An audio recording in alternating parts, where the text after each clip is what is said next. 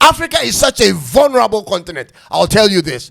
We live in a continent where the politician will sell out his own people and national security information for money.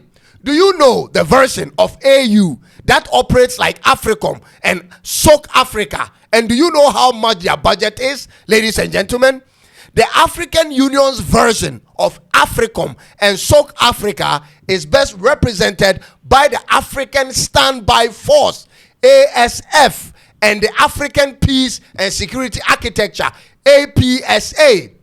AFRICOM has about 6,000 soldiers actively working across Africa every day in the interest of America, whereas the African Standby Force has over 25,000 soldiers from 5 regions in Africa, but are all working as regular soldiers in their native countries until there is a need that arises for them to go on a mission. Ladies and gentlemen, the annual budget of ASF is approximately $2.6 billion.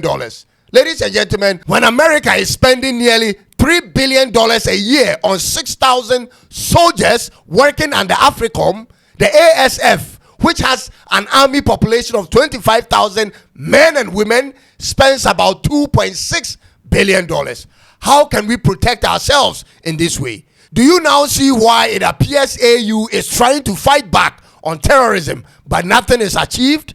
It's because their budget for this type of mission is simply insignificant.